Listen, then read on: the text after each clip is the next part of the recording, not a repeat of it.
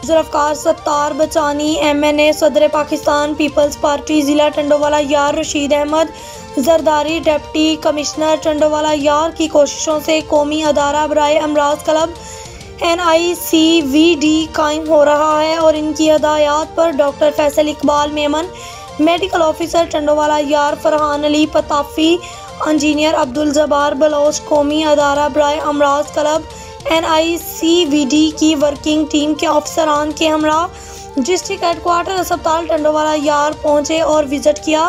Working team के अफसरान ने कौमी अदारा बराए अमराज क्लब की जल्द टंडोवाला यार में क़याम के लिए प्रोसेस में आने वाले तमाम तर मामलात को फाइनल किया। इन्होंने NICVD Bilawal Bhutto Zardari, Pakistan Peoples Party और वज़ीर आला सिंध का शुक्रिया अदा किया।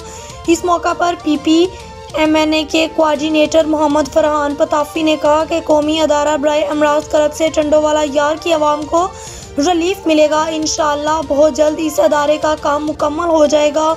PPMNA जुल्फ़िकार सत्तार बचानी की काविशों से ये अदारा टंडोवाला यार में कायम हुआ और जल्द ये अदारा आवाम को सहूलत देने के लिए अपना काम शुरू कर देगा।